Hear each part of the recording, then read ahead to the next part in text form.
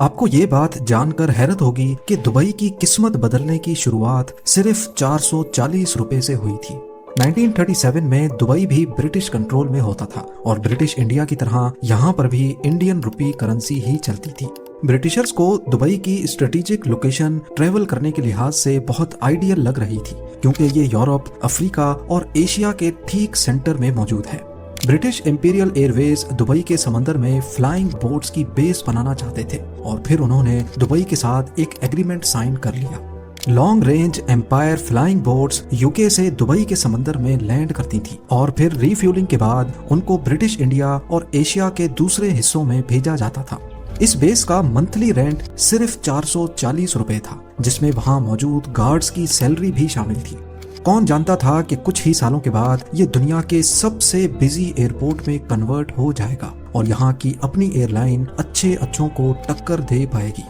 Emirates air line کو کس مشکل گھڑی میں بنانے کا فیصلہ کیا گیا اور آخر ایک چھوٹی سٹی سے ابھرنے والی یہ ایئر لائن اتنے کم وقت میں پوری دنیا کی سب سے بڑی ایئر لائن کیسے بن گئی؟ زیم ٹی وی کی ویڈیوز میں ایک بار پھر سے خوش آمدید۔ ناظرین، 1950s میں دبئی کے رولر شیخ راشد بن سعید ال مختوم کو اچھی طرح معلوم تھا کہ ان کے پاس آئل کے جتنے ریزروز ہیں وہ صرف 30 سے 40 سال ہی چل سکتے ہیں۔ ان کو جلد از جلد کوئی آلٹرنیٹ انکم سورس بنانا تھا۔ انہوں نے دیکھا کہ برٹشرز دبئی کی لوکیشن کو استعمال کر کے اپنی ایئر لائنز کو ایک اسٹاپ اوور فراہم کر رہے ہیں اور دبئی کو صرف معمولی سا رینٹ ہی ملتا ہے۔ یہی دیکھتے ہوئے دبئی کے رولر نے 1959 میں دبئی ایئرپورٹ کی کنسٹرکشن کا آغاز کیا۔ 1960 میں دبئی ایئرپورٹ پہلی بار لانچ کیا گیا تو اس میں صرف ایک ایپرن، ایک چھوٹے کمرے جیسا ٹرمینل اور ایک رن وے ہوتا تھا، وہ بھی پکا نہیں بلکہ ریت کو کمپریس کر کے بنایا گیا تھا۔ اس رن وے پر صرف چھوٹے ڈاگلس DC-3 جیسے ایئر کرافٹس ہی لینڈ کر سکتے تھے۔ 1965 میں پراپر میٹل رن وے بنوانے کے بعد دبئی ایئرپورٹ پر لینڈ کرنے والا پہلا jet aircraft Middle East airlines کا کومیٹ تھا۔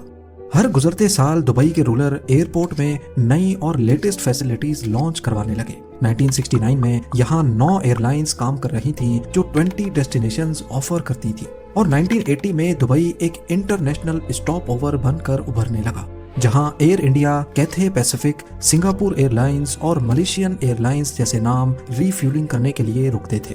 دبئی سے پہلے اس ریجن میں یہ تمام فلائٹس پاکستان کے کراچی انٹرنیشنل ایئرپورٹ پہ ری فیولنگ کے لیے رکتی تھی، اور دیکھتے ہی دیکھتے دبئی نے کراچی ایئرپورٹ کی ساری ٹریفک اپنی طرف اٹریکٹ کر لی۔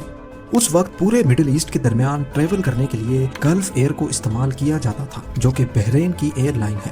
پورے مڈل ایسٹ کو اگر اچھی انٹرنیشنل فلائٹس لینی ہوتی تھی تو وہ پہلے گلف ایئر کے ذریعے دبئی آتے تھے اور پھر وہاں سے اپنے انٹرنیشنل سفر کا آغاز کرتے تھے۔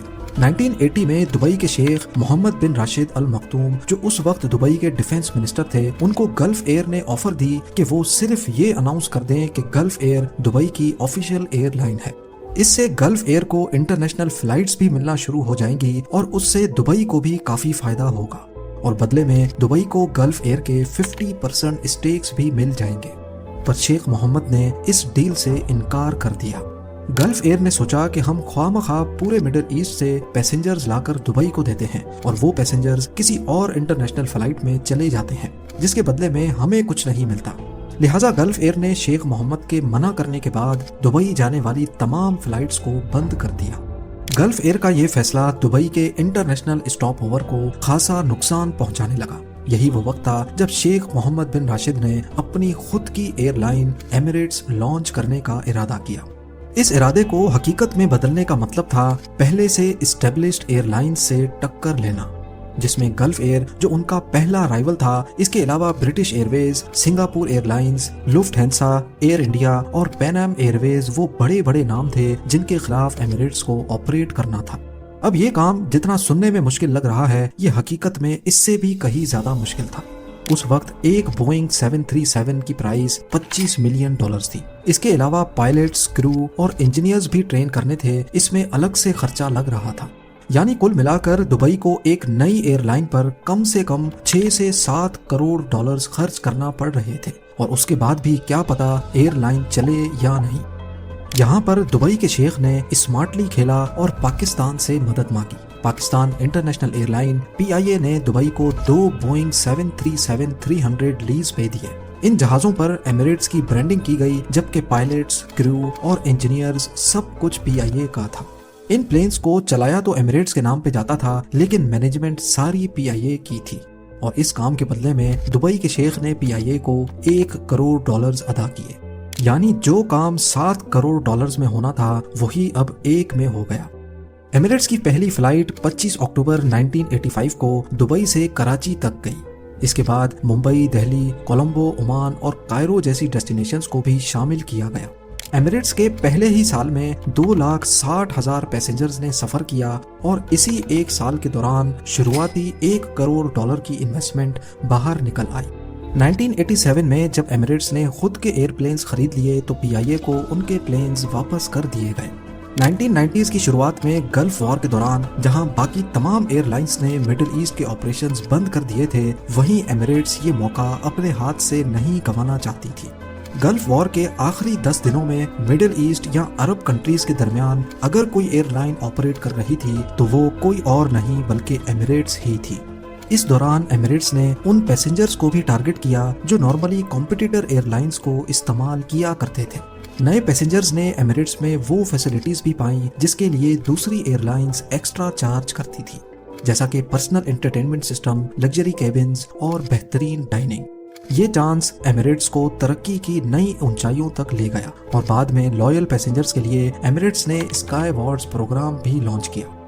اب انٹرنیشنل پیسنجرز کے ساتھ ساتھ دبئی کی بڑھتی ہوئی پاپولیرٹی نے بھی ایمریٹس ایئر لائن کی سکسیس کو نیکسٹ لیول تک پہنچا دیا، بلکہ یہ بھی کہہ سکتے ہیں کہ دبئی کی پاپولیرٹی کے پیچھے بھی کافی حد تک ایمریٹس کا ہی ہاتھ رہا ہے۔ وہ ایسے کہ دنیا میں سب سے زیادہ استعمال ہونے والا flight route Europe to South East Asia اور آسٹریلیا ہے۔ اگر یورپ ٹو آسٹریلیا کی ایگزامپل لی جائے تو یہ ایک دوسرے سے 14,800 کلومیٹرز دور ہے۔ یہ اتنا بڑا ڈسٹینس کوئی بھی ڈائریکٹ فلائٹ کور نہیں کر سکتی۔ اس میں زیادہ تر فلائٹس کو کہیں نہ کہیں ری فیولنگ کے لیے اسٹاپ لینا پڑتا ہے۔ اس روٹ پر سب سے زیادہ فائدہ ایمریٹس ایئر لائنز کو ہوتا ہے، کیونکہ ایمریٹس نے اپنا ہب دبئی انٹرنیشنل ایئرپورٹ کو بنایا ہوا ہے۔ دوسری فلائٹس کو جہاں اسٹاپ اوور کرنے کے لیے ایئرپورٹس کو ایکسٹرا فی پے کرنی پڑتی ہے، وہیں ایمریٹس پیسنجرز کو دبئی میں اسٹاپ اوور دے کر نہ صرف اپنی کاسٹ بھی بچاتی ہے بلکہ پیسنجرز کو بھی کمپٹیٹیو ریٹس پہ ٹکٹ سیل کر سکتی ہے، اور اس سے دبئی میں بھی وزٹرز کا ٹریفک بڑھتا ہے، کیونکہ آفٹر آل کئی لوگ آگے جانے سے پہلے 1-2 دن دبئی میں بھی رہنا پسند کرتے ہیں۔ اس کے علاوہ پلین کا فیول ٹینک اگر فل ہوتا ہے تو پلین کی فیول ایفیشنسی کم ہو جاتی ہے، کیونکہ ایکسٹرا فیول کا مطلب ہے ایکسٹرا ویٹ، اور ایکسٹرا ویٹ کی وجہ سے پلین کے انجنز کو زیادہ تھرسٹ پروڈیوس کرنا پڑتا ہے، جس کے نتیجے میں زیادہ فیول کنزیوم ہوتا ہے۔ ایمریٹس ایئر لائن کا ہب کیونکہ یورپ، ایشیا اور افریقہ کے سینٹر میں ہے، اسی وجہ سے وہ اپنے پلین کے ٹینکس فل نہیں کرتے تاکہ زیادہ اچھی فیول ایوریج مل پائے۔ اس طرح وہ پیسنجرز کو دبئی میں ایکسٹرا 1 گھنٹے کا اسٹاپ دے کر فیول کی مد میں کافی پیسے بھی بچا لیتے ہیں۔ اس کے برعکس دوسری ایئر لائنز اگر دبئی میں اسٹاپ اوور کاسٹ بچانے کی کوشش کرتی ہیں تو ان کو پلین میں ایکسٹرا فیول ڈالنا پڑتا ہے، جس سے ان کی اکنامکس بگڑ جاتی ہے۔ ایمریٹس کی سکسیس کے پیچھے صرف ان کی مارکیٹنگ اور لاجواب سروس ہی نہیں بلکہ ایک ایسی اسٹریٹجی بھی ہے جس کو انہوں نے کئی سالوں تک دنیا سے چھپائے رکھا۔ ایئر بس A380 آج دنیا کا سب سے بڑا کمرشل جیٹ ہے۔ ایک وقت میں یہ 850 پیسنجرز آسانی سے بورڈ کر لیتا ہے، پر حیرت کی بات یہ ہے کہ زیادہ تر ایئر لائنز جو ایئر بس A380 استعمال کر رہی ہیں وہ اس جائنٹ سے پروفٹ نہیں کما رہی۔ صرف ایک ہی ایئر لائن ہے جو ایئر بس A380 سے پروفٹ کما رہی ہے، اور وہ ہے ایمریٹس ایئر لائن۔ یہاں تک کہ ایسا مانا جاتا ہے کہ صرف ایمریٹس ہی اس جیٹ کو پروفیٹیبل بنا رہی ہے۔ تو آخر ایمریٹس ایسا کیا کرتی ہے جو دوسری ایئر لائنز نہیں کر پاتی؟ یہ راز ایمریٹس نے کئی سالوں تک چھپا کر رکھا، لیکن کووڈ-19 پینڈیمک کی وجہ سے جب ایئر فرانس نے اپنے A380s کو ریٹائر کرنے کا فیصلہ کیا تو اس موقع پر ایمریٹس کے CEO کا کہنا تھا کہ ایئر فرانس کو 10 ایئر بس A380s خریدنے ہی نہیں چاہیے تھے، کیونکہ اس سے یونٹ مینٹیننس کاسٹ بڑھ جاتی ہے۔ ایئر بس A380 ایک بہت ہی جائنٹ ایئر کرافٹ ہے، جہاں وہ ایک وقت میں اتنے زیادہ پیسنجر سپورٹ کر سکتا ہے، وہیں اس کا سب سے بڑا مسئلہ اس کی مینٹیننس کاسٹ ہے۔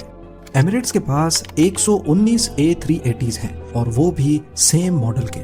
1995 میں ایمریٹس نے فیصلہ کیا تھا کہ وہ ایک ہی ماڈل کے زیادہ جہاز خریدیں گے۔ آج ایئربس A380 کی قیمت $450 ملین ہے، جو کہ دنیا کا سب سے مہنگا کمرشل جیٹ ہے، لیکن ایک ساتھ زیادہ جہاز خریدنے سے ڈسکاؤنٹ بھی زیادہ ملتا ہے۔ ایمریٹس ایئر لائن نے ایئر بس کے ساتھ بلک ڈیل کریک کی اور اس طرح ان کو یونٹ پرائس میں کافی ڈسکاؤنٹ ملا۔ اور تو اور ان سب کی مینٹیننس کے لیے بھی ایمریٹس نے اپنا ان ہاؤس یونٹ بنا رکھا ہے۔ ان کے اسپیئر پارٹس بھی سارے ایک جیسے اور ایک ساتھ آرڈر کیے جاتے ہیں، اور یہاں پر بھی ایمریٹس اچھی خاصی سیونگ کر لیتا ہے۔ اس کے برعکس اگر دوسری ایئر لائنز کو دیکھا جائے تو زیادہ تر کے پاس الگ الگ جیٹ ماڈلز ہیں، اور اسی ڈیفرنس کی وجہ سے وہ مینٹیننس تھرڈ پارٹی آپریٹر سے کرواتے ہیں، جس کا مطلب ہے کہ وہ ایکسٹرا خرچ کرتے ہیں۔ آج ایمریٹس دنیا کا سب سے بڑا نہ صرف ایئر بس A380 کا آپریٹر ہے، بلکہ بوئنگ 777 کی کلیکشن میں بھی پہلے نمبر پہ آتا ہے۔ ایمریٹس کے پاس 119 A380s اور 148 بوئنگ 777 ہیں، یہاں تک کہ ایئر بس A380 کے جتنے بھی یونٹس دنیا میں موجود ہیں ان کا 50% صرف ایمریٹس آپریٹ کرتا ہے۔ یہ مڈل ایسٹ کی سب سے بڑی پیسنجر پر کلومیٹر کے حساب سے دنیا کی چوتھی اور ٹن کلومیٹر کے حساب سے دنیا کی دوسری بڑی ایئر لائن کہلائی جاتی ہے۔ 1998 سے لے کر آج تک 4000 ارب پیسنجرز ایمریٹس کو استعمال کر چکے ہیں، اور اسی پیریڈ کے دوران ایمریٹس 3.5 کروڑ ٹن کا کارگو ڈیلیور کر چکا ہے۔ یہ دنیا کی واحد ایئر لائن ہے جو اپنی ہسٹری میں کبھی بھی گھاٹے میں نہیں گئی۔